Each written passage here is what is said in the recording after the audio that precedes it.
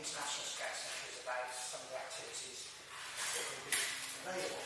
So what we're going to do tonight is look at the dates, talk about the trip, we'll then introduce or meet the team that are organising it, explain a little bit more about the International Scout Centre, we'll then run through the activities that we hope that some of these activities that you'll see pictures of you'll be able to experience. Then what is happening from now until the actual day of the trip, and then finally, and probably for a parent's perspective, to find out what the cost is. Now, just before we go on to the next thing, just ask, there will be some questions a slot at the end, but if you wish to ask any questions at the start or during this evening, just put your hand up and we'll try and answer them.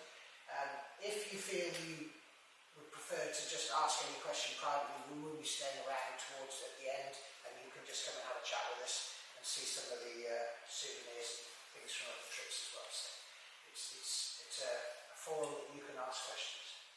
Okay, you will see the bottom left hand side, there are the dates. That's the dates we've got booked with Candlestick in the International Scout Centre. We're actually going to be leaving on the 19th, which is a Friday evening. That, thankfully, falls the first week of the summer holidays in 2024, and so therefore we plan to leave at the earliest opportunity to get more time. By leaving on the Friday night, we'll be going by coach. You'll be faced with about a 17 or 18 hour journey. Please, I saw the face being pulled down together, and I apologise, I shouldn't pick out the piece, but I have been there, and I can assure you that it probably, when you look back on it, you think, oh, I remember the coach journey. It becomes more memorable. Let's put a positive spin on it.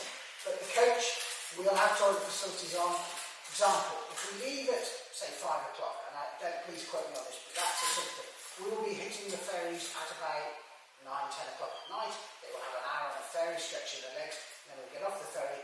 It will be maybe a video or something, or a DVD, allow them to calm down, then the lights go down on the coach, and you'll sleep all the way through travelling in France, and you arrive through customs in Switzerland, which is quite a unique thing. Not saying unique, but how many children go through a customs point these days, because we might have to get used to that again, but previously we had the seamless borders, and it was only when you got into Switzerland, although they were still separate from Europe, so you had to have your passport checks, which for children is another experience, and then you've got the delights of the mountains. So the actual last bit of the leg when they're awake is quite interesting to look out the window and see the mountains.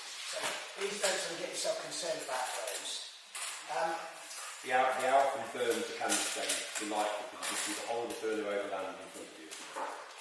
I always look for somebody on the floor to sort of say anything, but it's true. For me, it's the excitement of knowing that you're getting there and you see the coach start to struggle up the hills, mountains, and you know that you're climbing. Trip is open to those who will be 10 and a half at the start of the trip and under 18. If you're over 18, you're still welcome to come along, but you come along as part of the leadership team. We've booked 200 places. If we get oversubscribed, and bear in mind, this is our 5th roadshow, the level of interest being shown will probably tell me that we are going to fill all those places with ease. And they will be offered on a first come first served basis. I will explain a little bit more about that, but the actual opening date for the applications will be the 1st of April, and then it will be done on a first come first served basis with a £50 deposit to be paid at this stage. Is that a set number, 200 then, or are you prepared to increase that number if demands? Right, thank you for that. I will just put a bit of backstory to this. 1,500 people allowed on site, generally. Candlestick was closed for 2 years. And in that time, they moved all the bookings back 2 years. And what that's done is, when I rang up and asked, can we make a booking, they said, you can have only 200 places because we are full. Now that's lovely in the fact that we will experience lots of international groups there. If, say, a group decides we're not going, and they book 50 places, I want to be in a position to say to the staff at Candlestick, we will have them, if you know what I mean. But I can't can't give you guarantees. So what I'm saying is, I know we've got 200 places. To be fair to everybody, no applications are opening until we've done all the roadshows, and that's why we've set the 1st of April. Okay.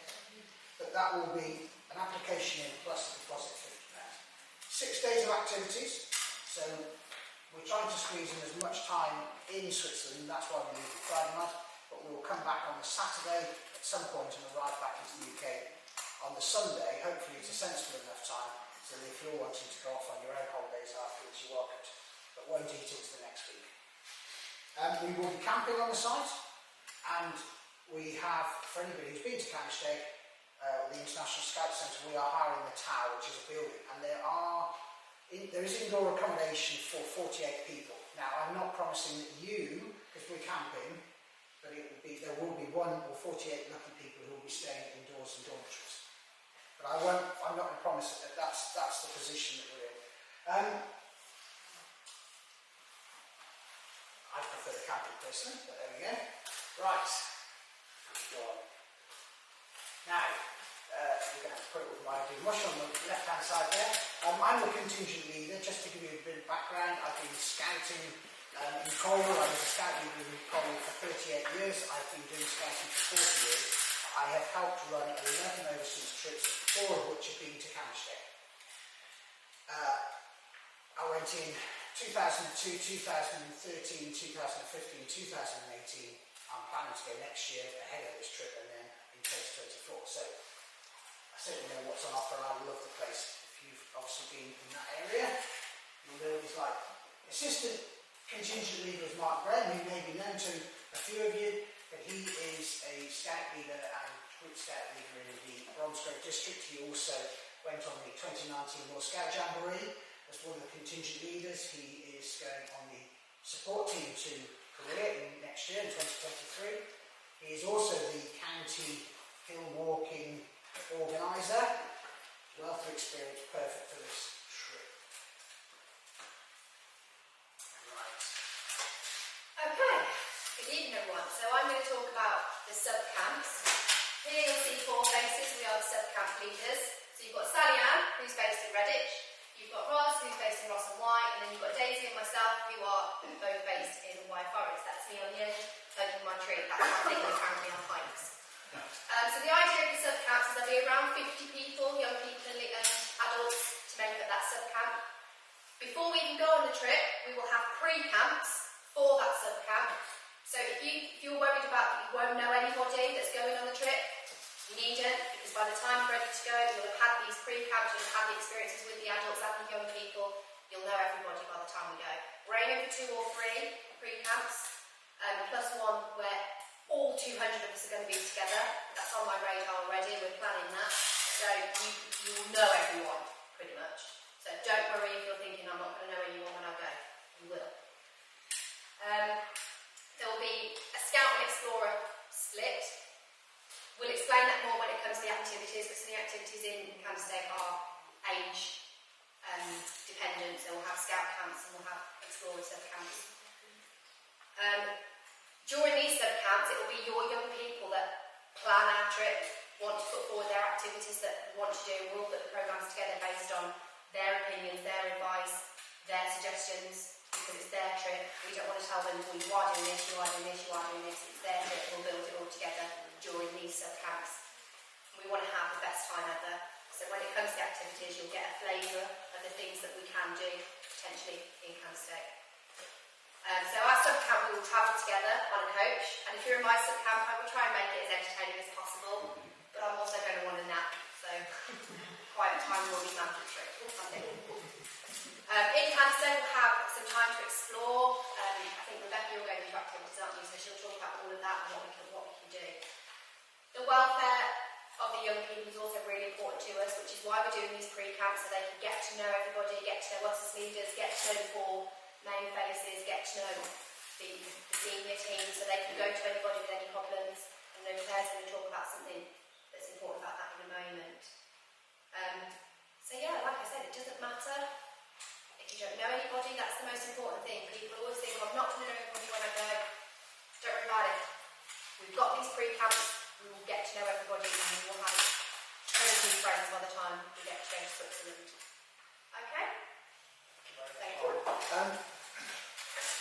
young people will shape the programme, but there will be a budget.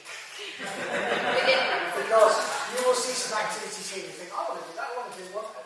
You parents will be paying a lot of money if they only did everything. So just be warned, there will be a budget that they have to keep. And time constraints. We want to do it all, but we can't. We've got to be reasonable. Right, from this side. I'm Rebecca, and Charles is over there. We're both the youth engagement leaders. Do you want to just introduce yourself? Yes, I'm Charles. I'm the District Youth Commissioner for Worcester, and I am a Scout leader here at the moment. Okay, so I'm Rebecca. We're actually both 18 as well, so we're only just a little bit older than you. We've only just become leaders ourselves. So the whole idea of our role is to engage you lot as much as possible, and we're the middlemen between the scary old leaders and I've been to Candlestick twice, and that's the picture of me at the World Scout Jamboree, so I'm hoping this is my legacy to pass back over to you lot and make you have the international scouting experience. Just to put into perspective, when I first went to Candlestick, I was this big. That's as big as some of you in here. I still had an amazing time, and for some of the older ones, I went as an explorer, and I still had a fab time, and that's why I'm going to go again, because I know I'll still have a great time. So, definitely come along, and I'll explain the activities later for you as well. Thank you, Rebecca. If you hadn't been, I'd choose my daughter, but that's not. She didn't get involved because of that. So her enthusiasm as well. Right, these are the four remaining people of the team. Very important roles to apply. We have Lynn Lee, who is county admin assistant, but she is coming along and dealing with the operations, so she will be getting all the transport sorted, coach, the lorries and everything else, the logistics, I suppose, which will be an important part of the role. We've got Peter here, who has been doing all the communications that you've probably seen running across your phone, but any communication, if you do come along the trip, it will be directed from Peter, and he's doing a mighty fine job at the moment. Hi, my name is Clara Angel. I'm a Cub Scout leader in the district, and I will be looking after the people aspect of the trip. So my primary responsibility is to make sure that every young person in this room feels safe and secure and is well looked after across the whole of the trip. And that's not just when we get to Switzerland, it's in the run-up to Switzerland as well. So broadly speaking, it's basically about pastoral care, making sure that you feel safe and secure, and that if you've got any worries or concerns, that you know who to go to, and that our leaders are properly and adequately trained to be able to deal with anything that comes our way. Parents, my other responsibility is to make sure that we have a clean, safety and safeguarding trip as well, as you would expect. We take that very seriously within Scouting, so it's my responsibility and my privilege to make sure that all happens as it should be. All of our leaders and our sub-camp leaders will be mental health first aiders by the time we go on the trip, so please rest assured that we are well equipped to deal with any sort of issues that happen on the way. But also, my role is to make sure that everybody has a fun time too. So I'll be checking in, making sure that everybody's having a fun time. And then finally, Keith, who's very quietly stood here on the right, but he's in charge of the finances. And I have to say, within the role, if there's going to be somebody who's going to come with a big sledgehammer and hit us, it's going to be Keith. If we get 200 people, and you'll see the price, we're talking about a big budget here. But I think the county made a bit of a sweat on thinking about it. So we have to make sure we get it right, and Keith will be keeping us in check on that. And it goes back to when the young people are saying we want this, this, and this, and Keith will be one going, no, you're not that.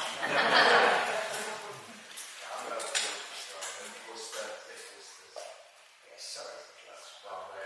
He is the Sea Scout. He's in Sea unit. Right, what is KISC? I have already sort of alluded to it. It stands for Candlestick International Scout Centre, but if I refer to it as KISC, Candlestick, or the International Scout Centre, I'm meaning the same thing. I know there's a village there, but that's almost the the International Scout Centre takes over the village. Population 600, it will be 1,500. Think about it. But they've got hotels there and 3 shops, and you know, and we are loved there because we spend our money in the village.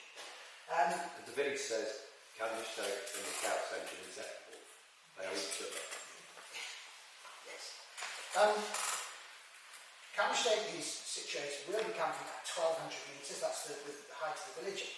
Valley floor, 1,200 metres. If some of you don't know, Ben Nevis is 1,344 metres, so almost the height of Ben Nevis. Higher than Snowdon, not quite as high as Ben Nevis. On that note, temperature fluctuations in the summer, even in the summer, can be quite, you get some nice high temperatures, but also you can be getting quite cold at night. 2002 trip, just before everybody arrived, I was there and we had snow on the ground. And that's in August. So that adds to the fun, but that was an extreme, I might tell. I haven't seen that since. It's situated right at the entrance to the Lochburg Tunnel. They built the tunnel in around about 1910, and they threw all the rubble onto the outside, and that's where the campsite is built on. So it's built on alpine stone, which needs nail pegs like granite to get in to hold the tent in place, and very little soil on the top. You've got the mighty Candle River thundering past, which in the summer is very noisy, simply because you've got all the glacial melt from around the mountains. It's an absolute stunning valley. You'll see a picture very shortly.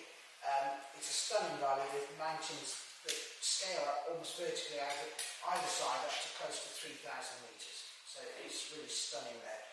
This was a dream. The centre was a dream of Robert Baden-Powell. He held the first Royal Scout Jamboree in 1921, and he came back and he said, one thing I want to do is create a mini jamboree site. And there he set all the sort of main Scout associations around the world and said, please find me a place. And the Swiss came up with and found the buildings at Cannstead, which were the old workers' lodge from the tunnel, people who built the tunnel. And they bought it at auction. And it was bought in 1921, opened in 1923, so it's its centenary next year. And the dream came alive. Basically,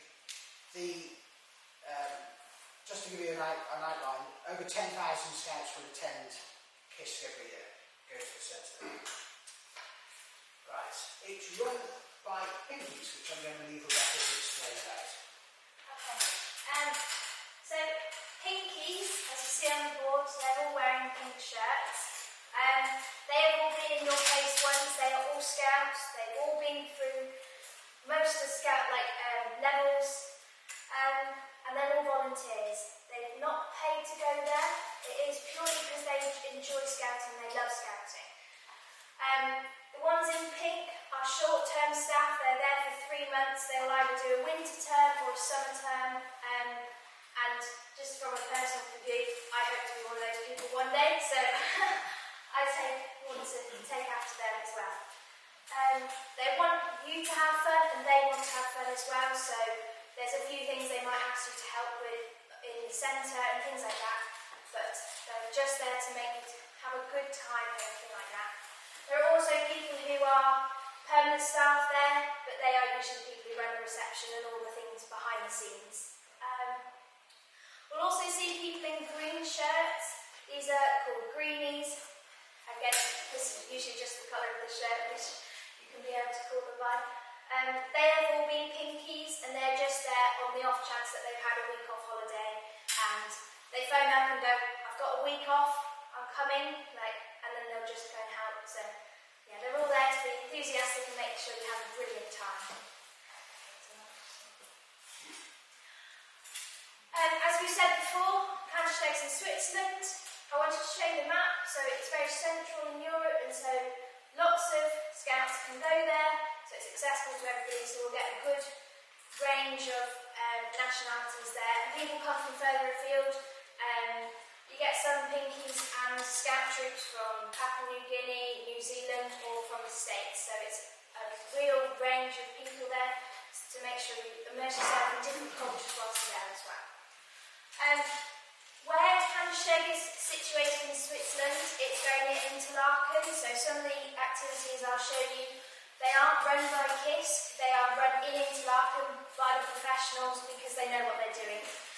Interlaken is our New Zealand of Europe, so anything you want to do there that's really adventurous, Interlaken are going to have it. And so yeah, it's just where it is, it's just a perfect place for all these activities. So we'll go to the activities.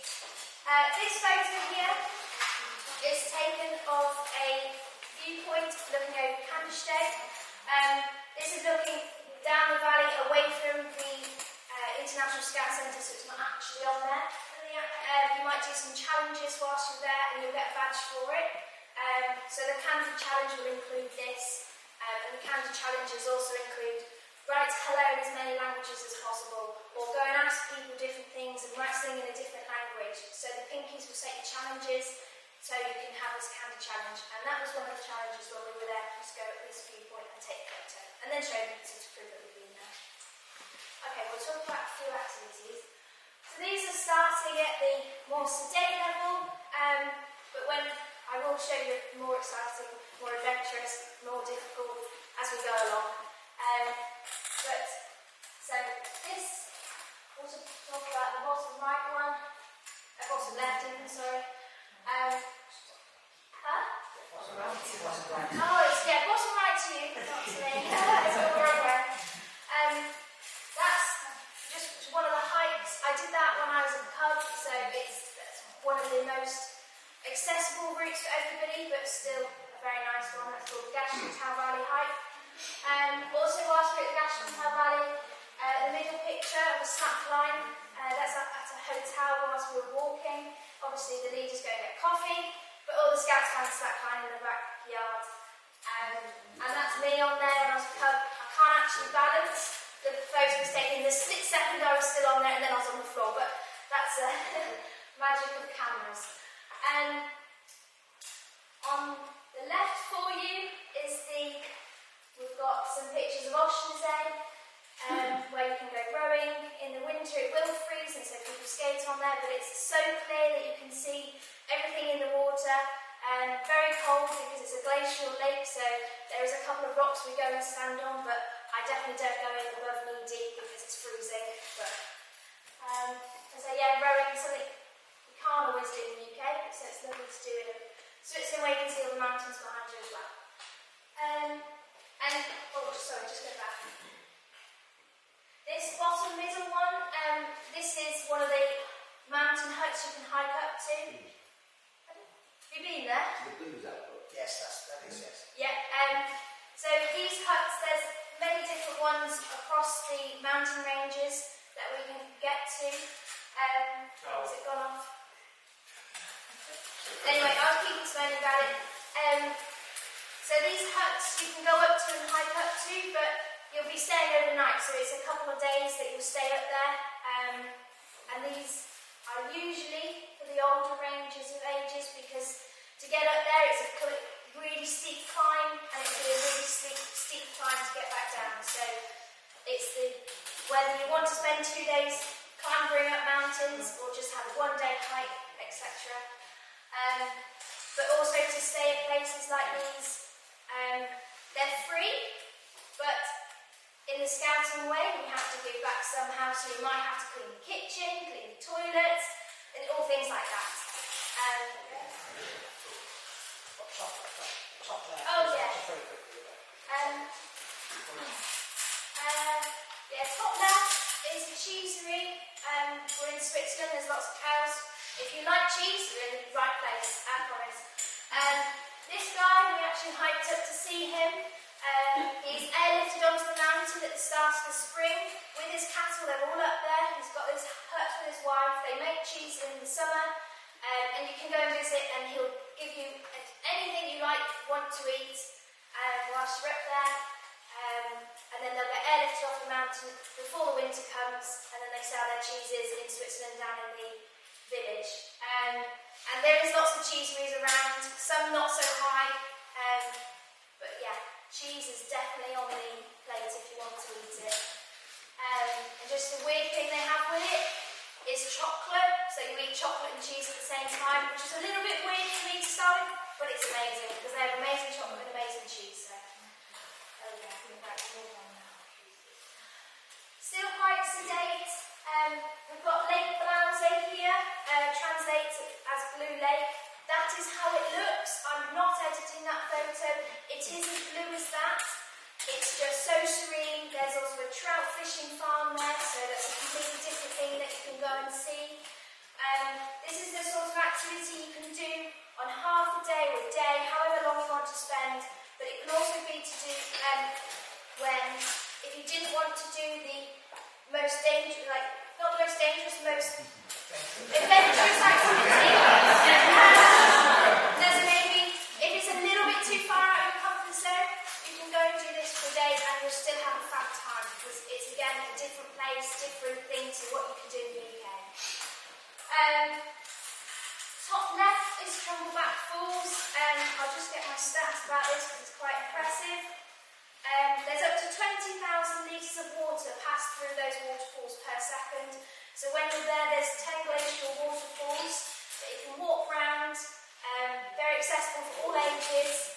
And that was the Scouts from the last trip we did in 2018. And whilst they were also there, they went to a local restaurant where, from the pictures I've seen, it almost looked like a guy's front of his house and he'd just been serving you food, but again, a way to immerse yourself into the culture and have very traditional food. Yeah. And then the two pictures on the right, this is Tun. This is a town or a village, however some people would say different things. The Tun Castle, that's the picture taken at the bottom. I recommend going up there, it's very nice. Just a little bit more of a historical sort of point of view of looking at Switzerland. And then just at the top, that's just showing the river that goes through and all the lovely bridges.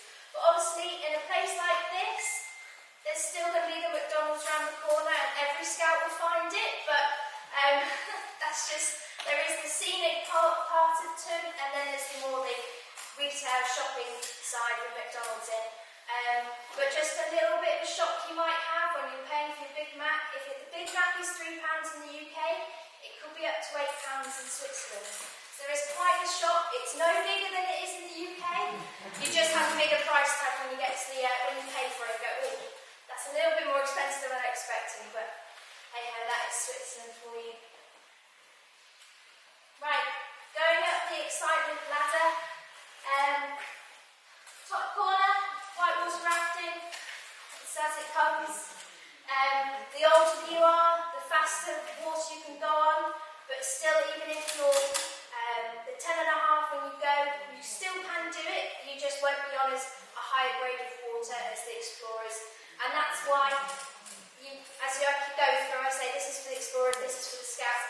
That's just showing me why we're running two programs, because it'd be unfair on the youngsters to see all the explorers and they're doing those really exciting things and they can't do it. But it would also be unfair to make explorers do things that they could do, the more adventurous stuff if they wanted. So,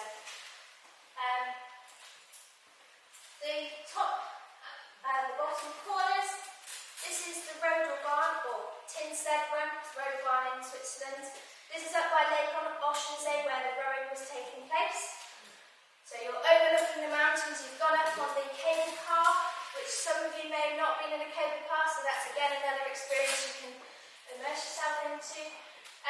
This is one of our leaders and that's one of our scouts. Everybody loves it and everybody goes as fast as they can, and there are some people on the brakes, but you hear them going squealing down the run and then it's just annoying if you get stuck behind them, but tell them to go faster. Keep going with aggression to you, everybody.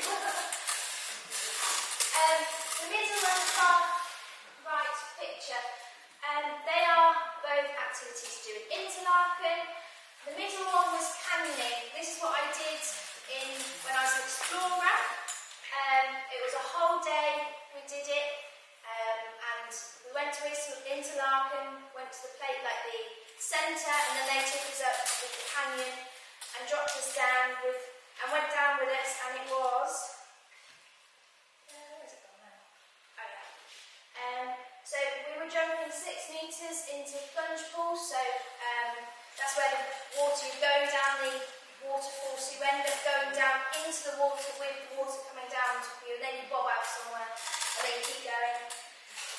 Lots of natural slides down the rocks, so you'll just be told, they'll just go, lie down there and keep your arms across your chest, keep your head in as close as you can, and you just go down through the rocks. And with the water more, it's a lot quicker. But that was only the beginner version. I don't think I could do the intermediate version because that was pretty hard and scary at times, where you're just told, they just keep walking and you're not really, because all the water's going everywhere, you can't really see what's going on. They just go, jump, jump, and you go, oh gosh, where am I going? But an amazing day. I'd definitely do it again. But this is where the budget comes in. That was an expensive day. Then we had to go to Tun the next day and just do a very relaxed day, just milling around. And we also did lake browsing just to balance out that cost. Another one we did was the treetops, high ropes, whatever you want to call it. Pretty much going, but it's Switzerland. It's higher, but again, as the age ranges, the higher you can go, the older you have to be. But even the youngsters, you can go higher than the go apes in the UK. So that's just where Switzerland is incredible. We'll start with the swimming pool. This is in Kandersteg. This is an outdoor, heated pool. You've obviously got to remember you're in a mountain range, so it's not particularly warm, but it's better than it not being heated.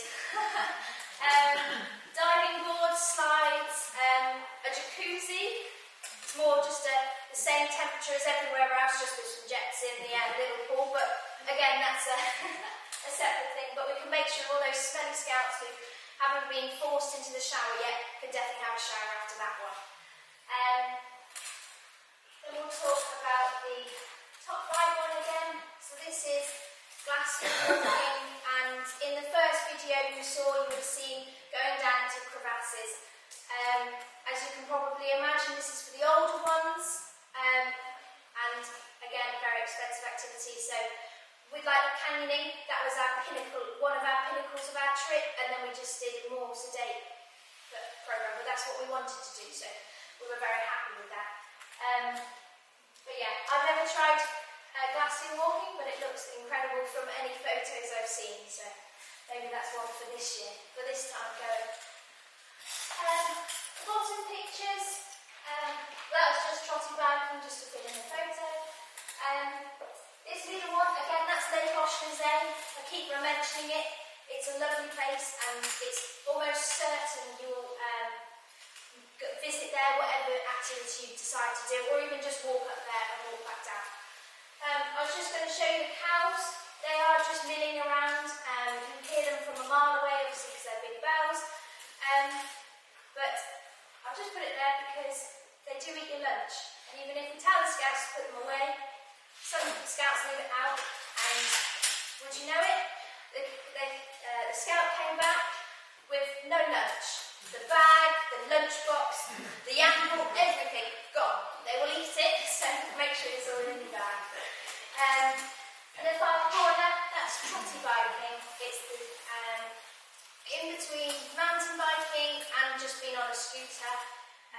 We have to remember the brakes are the opposite way round because it's so you just have to get used to that, otherwise you could go flying over handlebars, but you'll pick it up as soon as you get onto it. And it's done on the ski runs, but obviously because it's the summer there won't be any snow on them, so there's different gradients of the difficulty. So the black runs, but if you've been skiing, you know the black runs are the ones or the most more difficult, or more windy, or more steep, red or blue. And we'll show you a video in a minute of that. Okay, these pictures all come in one big package. This is a day trip we can do up the Jungfrau Hoch. The Jungfrau Hoch is 3,463 metres, and you will go up to that height if you want to. You take the train up, you get off halfway, and we'll show you a video in a minute where you get off, you look over a glacier. I won't try to pronounce it because my pronunciation will fail me, so I'll save the embarrassment. And then you get on another train, go up, and then get a lift up to the top of the centre, which you'll see in the video as well. And whilst you're up there, you've got ice caves. That's just a little tunnel.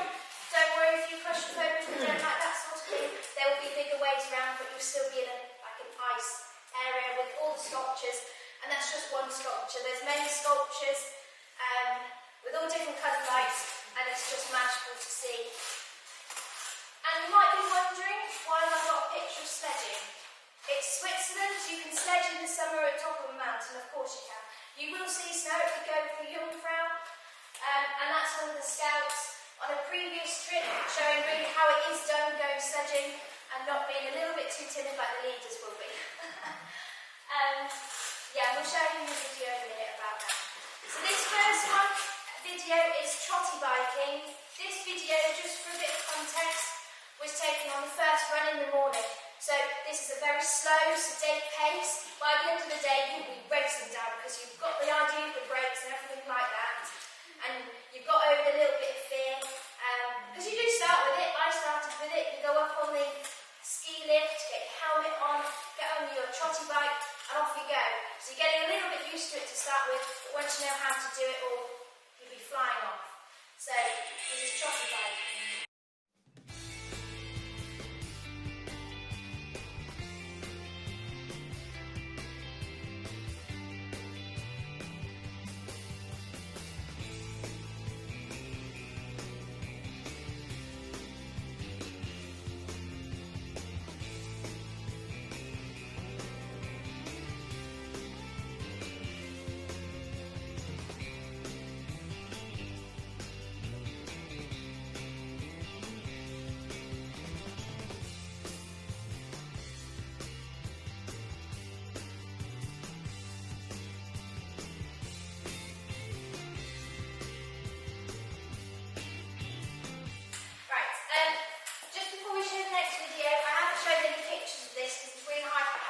This activity, but this is tubing, and this is done on the artificial ski jump slopes in Switzerland, in Kandersteg.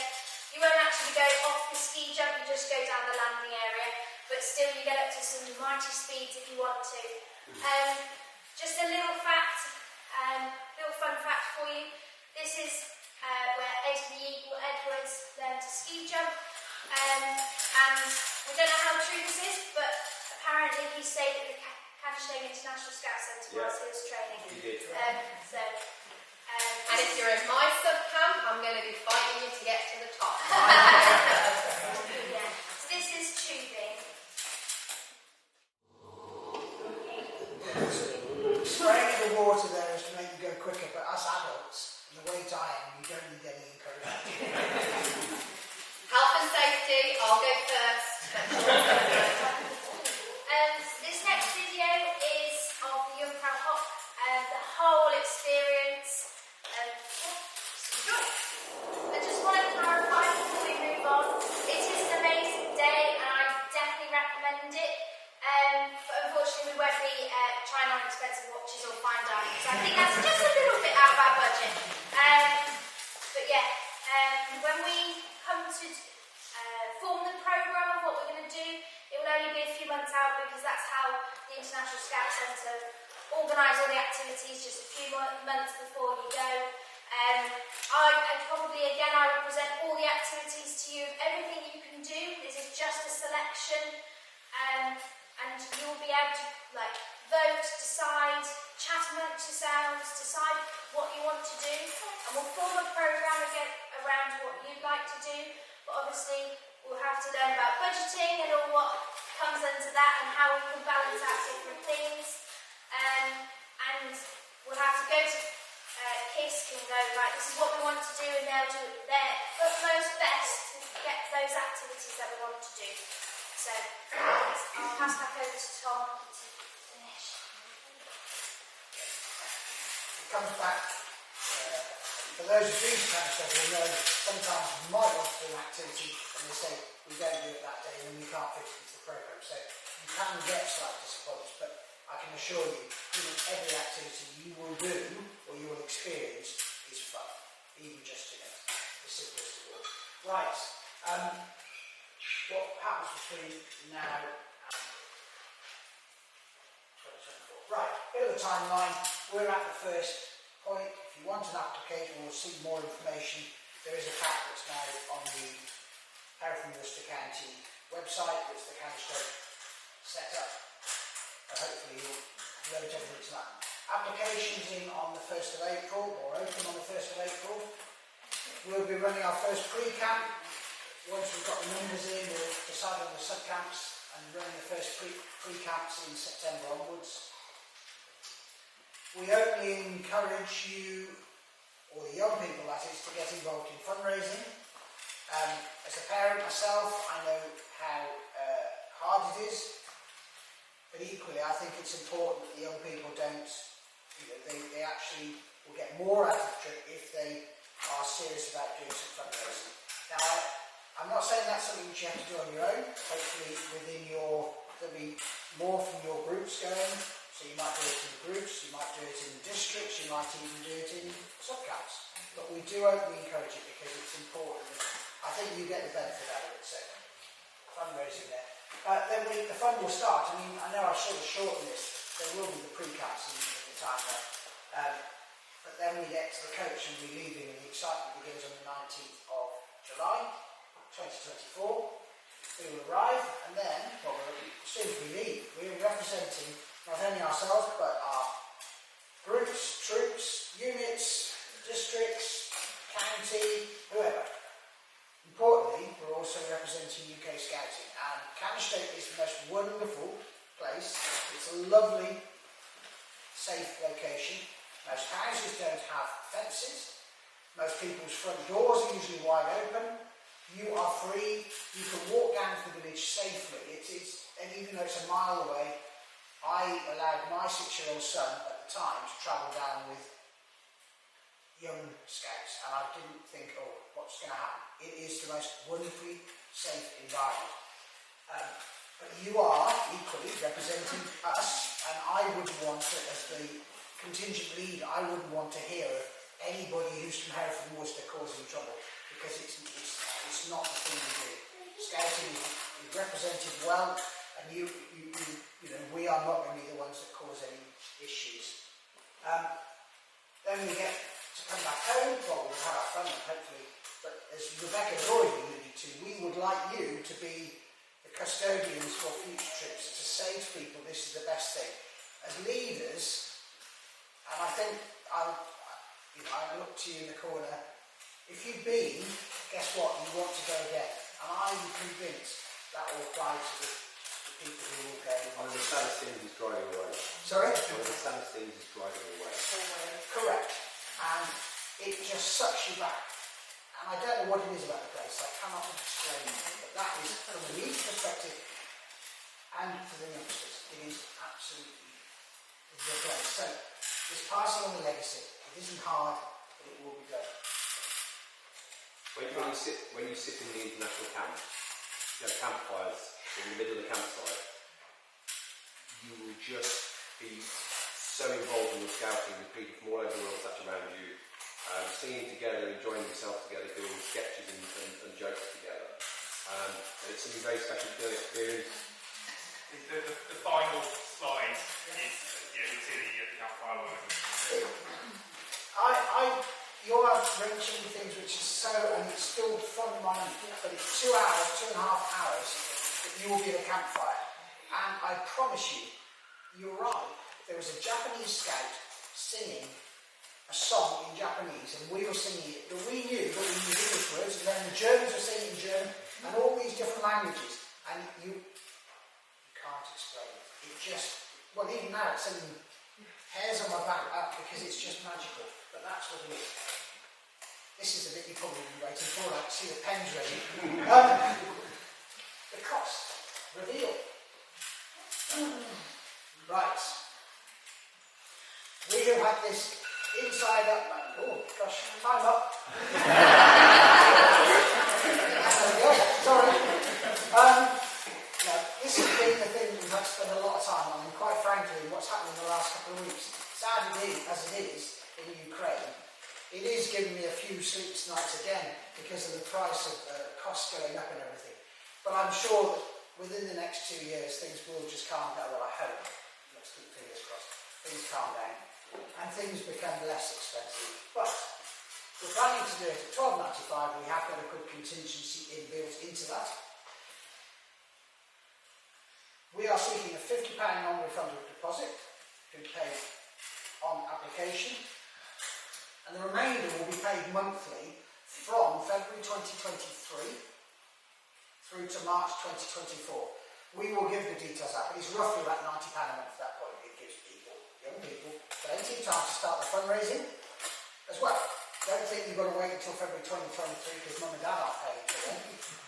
Get on and start and get ahead of it. But we will be collecting the money over that, so we're trying to push it towards the cost. There is what you're going to get for this: all the travel costs, all the food whilst we're there, camp fees and the taxes. You have to pay tax, believe it or not, to stay in Switzerland. The full activity programme, a trip hoodie and a necker and maybe a badge, but we'll see how that stretches. Insurance, I will have to touch on that in a second. We've had a curveball thrown at us which is going to do it. Canisteg, whilst you're there, you get the chance to earn badges which you can put onto your uniform for 12 months afterwards, and we'll be putting that in the budget, and also the pre-camps, and we talked that's probably 3-4 pre-camps which will all be included at no cost. So that's what that is about, okay? And what I would just say is, if we come back with any money, and I'd like to think we will, if we do, it will be returned back to you. I'm not in one of these people. If it's a small amount and you think, well, I don't want it, it can stay in the fund, that's your choice, but I will give the opportunity to get the money returned back to you. What you have to consider as other costs, because I think it's only fair that I should outline what you might have to meet, and it's a good thing if you apply to the trip to think about birthday presents and Christmas presents. Not a passport at Christmas, but you will need a passport. Understandably, I think you have to have 6 months in the passport when you go as well, so, but we'll deal with that near the time. A suitable bag to carry all your kit. Now when I say that, and I mentioned earlier about how it can go quite cold at night, especially if you're in a tent, a decent sleeping bag, not one that will pack up to this size and use one season, because you will freeze. Not freeze, but you'll be very cold. So bear in mind it's one of the more sort of 3-season bags, sleeping bags, which tend not to creep down very much. You have to have quite a decent sized bag going on the coach, which shouldn't be a problem. You'll need a day sack, rucksack for the day activities. Every day will be out. You have to carry your lunch, etc. and drinks. Decent water bottles. Good waterproofs. Use good hiking boots. We had one scout on one trip who'd gone to Mountain Warehouse, very proud, worn them in. After 3 days in the Swiss Alps, we had boots that had the soles falling off. So please do think about hiking boots, good quality. Spending money, we've already talked about the expense of buying a Big Mac. We are not going to, thankfully there's no Big Mac in the village, but there's a lovely shop in the centre, and you can buy, just this is an example of the 2015 trip, and that's a Canisteg scarf, and often people like to get things like that. Badges you can buy, etc, etc. So souvenirs, and it is going to, we will do that. We mentioned that fundraising.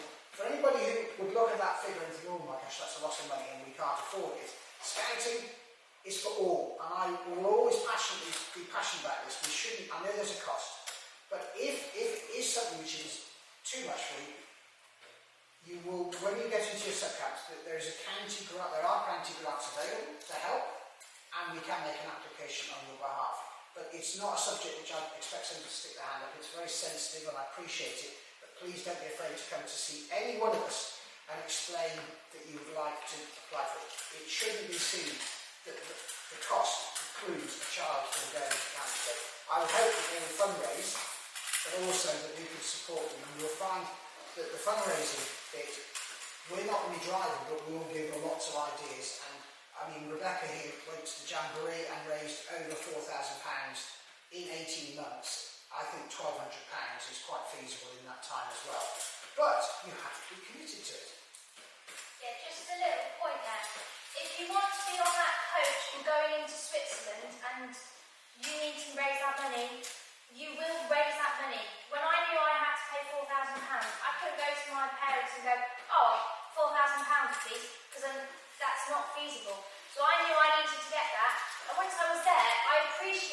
every second I was there because I was like, well, this is my hard work that's put me here. So it's a really, the fundraising, it might seem a little bit boring to start with, but when you get there, you just appreciate everything so much more. Like that activity, that canyoning.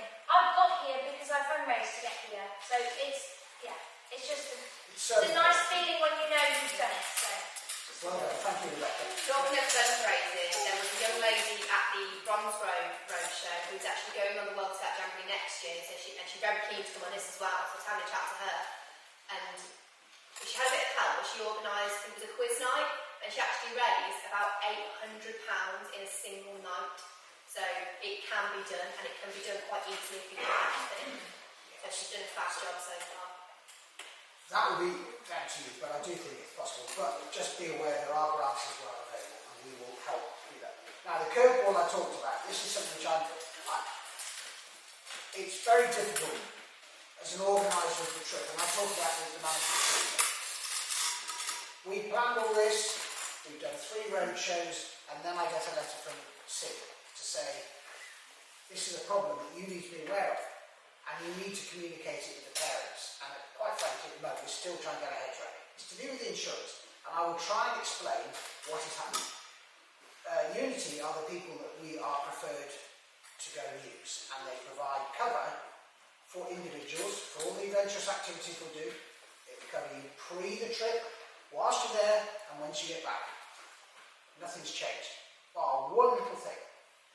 If the trip is cancelled by a government's decision, no cover exists.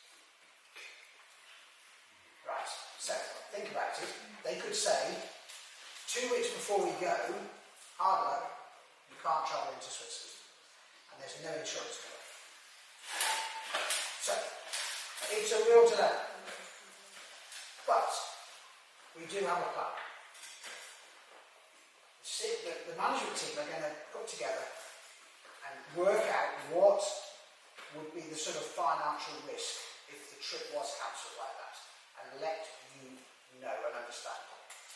But the reason I'm saying this is because I've had to change the process. I want you to apply for the trip, pay the £50 deposit. We will be in touch with all of you who have applied for the trip, explain to you fully what this implication is, and you will have the decision to make whether you wish to stay on the trip or take the risk. And I will try and explain more about what it might mean. And if you pull out, we'll give you your £50 back. Okay, so there's nothing to you. It's just get yourself in the queue with your application, accept you pay £50 today. But if you decide to pull out before the 30th of June, I will make sure you get your money back. So there will be no loss to you. 30th of June. So if you go past the 1st of July, that will be assumed then I am committed to the trip and I understand the risks that I'm taking. So that's, I hope, is the fairest way to deal with it, because the thing is I've had 120 people that I've said you're going to be insured, and now I know that there is this issue with the insurance, so I've got to be fair to everybody. So that's the problem. You might find it's worth looking to flip the insurance the other way, because British insurers are being extremely careful because of all the problems we've seen. But you might find that Swiss insurers are actually quite keen to insure that sort of thing to get people to go back to Switzerland. So you might want to consider looking the other way around. Well, we've got to do a lot of work, due diligence, and then report back to you. Please, what I would like to say is it's a small chance. Now, if you just put yourselves in our shoes, if we Cantersteg, the centre, will charge us if we cancel any activity 7 days before going. They will charge us for any food that we order through the centre, up to 7. So if we cancel the order in advance 7 days before the trip, no cost. At the moment, what I see us losing potentially, and this is what we're going to find out, is deposits with coach companies, campsite deposit, which is 60% of our camp fee, depending on how many people go. You will have had all your pre-camps, which you have taken part in, and your children have been fed, they've gone away, they've done fantastic activities. Actually, there's no loss there. And I think there will be a potential risk, but we can negate it down to a level that you'll probably go, okay, I'll go with it. Do you know what I mean? But to me, it's a small risk. But in the lead up to the trip, if we get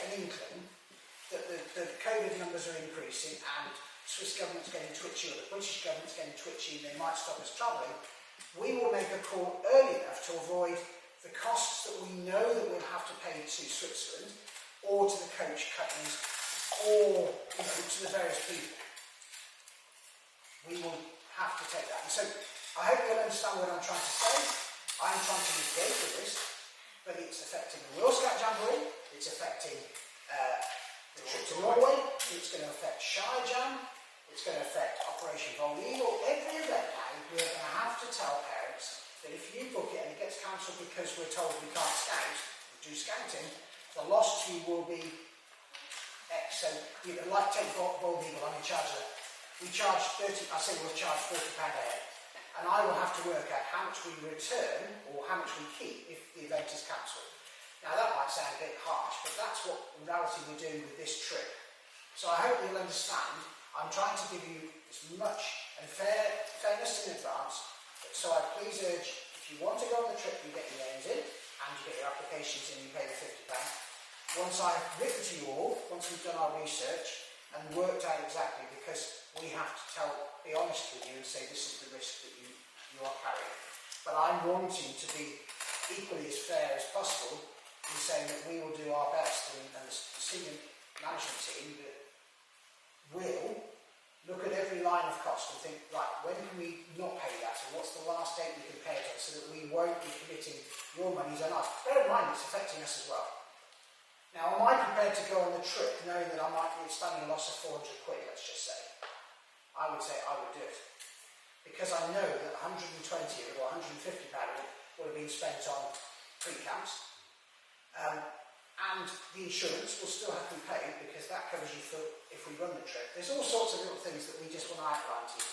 But I think, I'm not saying it's going to be 400, don't quote me on that, but if it was that sort of level, I'd be saying, I'm prepared to take that run. Because it's such a small chance that, are we going to stop scouting? I can't say. 2.5 years ago, would I have said that we weren't doing scouting for 2 years almost? I would have said no. The reality is, that was out of our hands, and I think this is as well. But it's the way insurance companies work, and they've thrown us this curveball, and it's been just thrown back at us, and we're all having to work our way around it. So, sorry to finish on that. If you've got any questions about that, I don't necessarily have the answer, but we will endeavour to come back to you.